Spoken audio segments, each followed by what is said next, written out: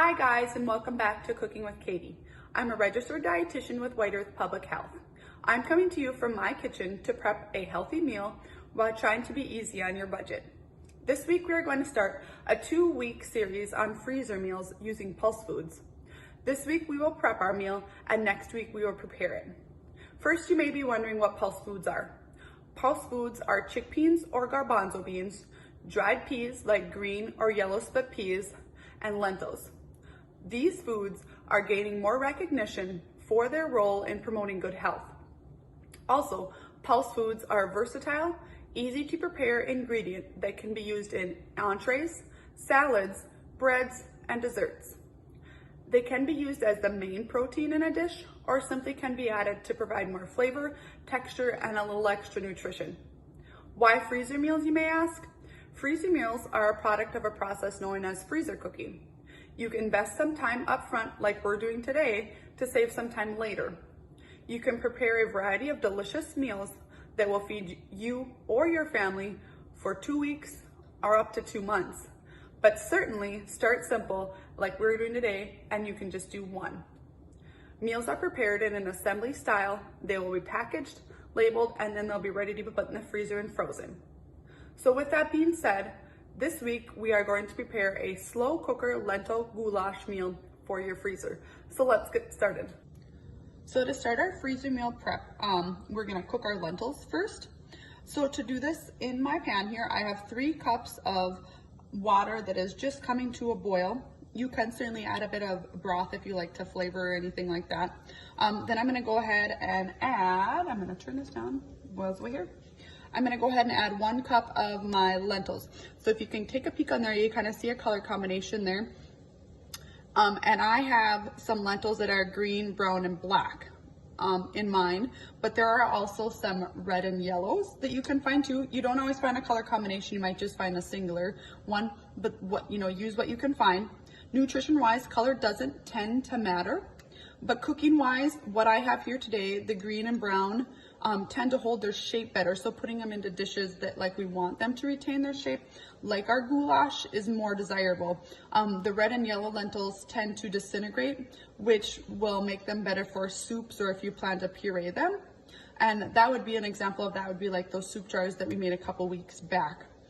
So now I'm gonna pull my top off and I'm just gonna go ahead and add these into my water, and they will cook for about 4 minutes. And then I'm gonna take them off the heat after that, and then they will sit for 2 minutes, and then if there is any excess water at that point, I will drain it off. So here they are in my pan. I'm just gonna let them boil away, come back up to a boil, and then we'll carry on. All right, so our lentils are done cooking. As you can see, I'll hold them back a little bit. There is quite a bit, it's kind of hard to see, sorry. There's quite a bit of liquid left on my lentils. This is after the 2-minute sitting period. So I'll kind of show you them. So there, you can tell they've definitely growing. So this looks awesome. And it smells pretty good too. I am gonna go ahead and drain my lentils, and then I'm just gonna let them cool for a few minutes just so it's not hot, putting them in our Ziploc. But I did forget to mention earlier on, whatever lentils that you do choose to use, don't necessarily follow my cooking directions and water directions. Follow what is on your bag of your lentils, but just use 1 cup of those dried lentils is what you need. All right, so I'm gonna drain these and then we will start putting everything together. All right, so our lentils are all done cooking, and like I said earlier, I did go ahead and let them cool a little bit, but now we are ready to fill our bag for the freezer. So today I did go ahead and I'm using a Ziploc bag because this is easiest to accept, especially for this type of dish. But if you are making like casserole type things where you really have cooked everything entirely and all you really need is to bring it back up to temperature when you're cooking it, definitely those reusable foil type pans do work well as well if you have the room. And remember, just because they're disposable doesn't mean you can't wash them and reuse them again. This meal is nice in the Ziploc bag because once we put everything into it, we can squeeze all of our air out at the end. And then they really end up being a pretty small bag. I'll show you once I get it all filled. So, filling your freezer with a few of those bags isn't such an issue. Also today, I'm just putting 1 recipe together. But remember, if you really want to be efficient about this, doing multiple meals and buying in larger quantities is the best bang for your buck. So we are just gonna go ahead and start filling our bag. So the first thing I'm gonna put in, these are what my cooked lentils look like. So I'm just gonna toss those in.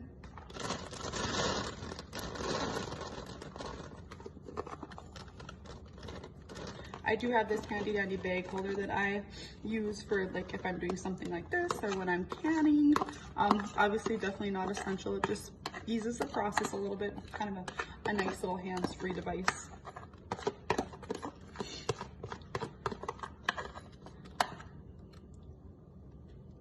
So now we will go ahead and add in our vegetables for the dish.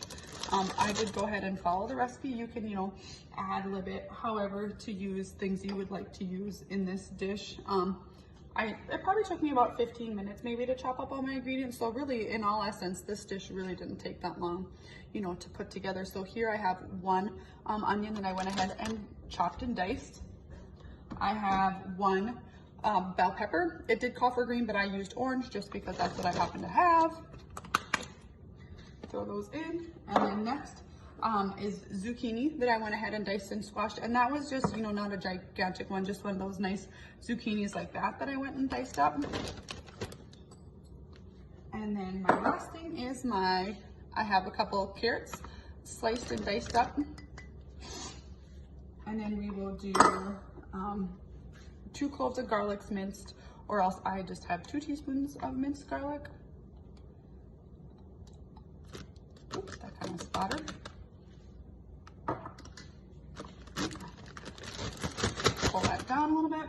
And then for seasoning today, in my seasoning, it's really simple. A tablespoon of paprika, a half a teaspoon of pepper, and a little bit of salt to taste. So I'm just gonna kind of sprinkle all that in. And then the last thing to go in today is 12 ounces of tomato paste. The tomato paste, can be a little bit heavy on the sodium, so look for that, the low sodium or no salt added if you're one of those, watching those things. But so here we go. So everything's put together. I might squash it up a little bit once I get it all in and fold it up. Not fold it up, but just everything added. Takes a little bit to get that out of the can. But there we go. So say you're, doing more, you can certainly, just continue on, do one at a time and keep filling. So there we go. Ready to seal this up and label it. All right, so I went ahead and sealed our Ziploc bag, and then I went ahead and labeled it. So I just went ahead and labeled it with, kind of hold that up for you, that it's lentil goulash, and then I made it in June. And then I just put my cooking instructions on there. We're gonna cook it in the crock pot for 6 to 8 hours on low. And then I also add 1.5 cups of our low sodium broth when we cook it. So as you may guess, we're gonna touch base nutritionally a little bit on these, the lentils, which we can see right there at the bottom, which are our superfood this week, the Pulse Food Group. And besides the lentils, it does also include the chickpeas and the garbanzo beans. These pulse foods are excellent sources of fiber and folate and are a good source of protein and iron. They're gluten-free and a low allergen food. Researchers have reported that regular consumption of these pulse-type foods may reduce the risk of heart disease, diabetes, and certain types of cancer. So it's recommended to consume 2.5 to 3.5 cups of these pulse foods each week, which are a very budget-friendly food and we talked about earlier, very versatile. So as you can see, the pulse foods health-wide benefits are a lot like beans, the legumes that we've cooked with before. But the best part about those, especially compared to our dried beans, is the prep time isn't so much there. That soaking step doesn't exist. So that's why these lentil and the split peas are a little bit more friendly to make on an impulse, so you don't have to plan so much. I hope that, cooking this freezer meal recipe and more that are included in the recipe booklet this week gives you some ideas on more ways to add those pulse foods into your regular diet. And just remember too, you don't have to use the pulse food as the sole protein in your dish like we actually did today, but you can also add other protein foods to this, like some stew meat or, whatever you would like to do. And they can also just be used simply as a side dish. So there we go. So as we wrap up today, I really hope I've got you to think a bit more about meal prep and specifically using that freezer meal technique like we did today. Because just remember, when you have those ready to cook, or perhaps, just simply reheating these foods in your freezer, you're much less tempted to go out to eat. And reminder that those meals eaten away from home tend to be more expensive, as well as a little bit less nutritious than our home prepared meals.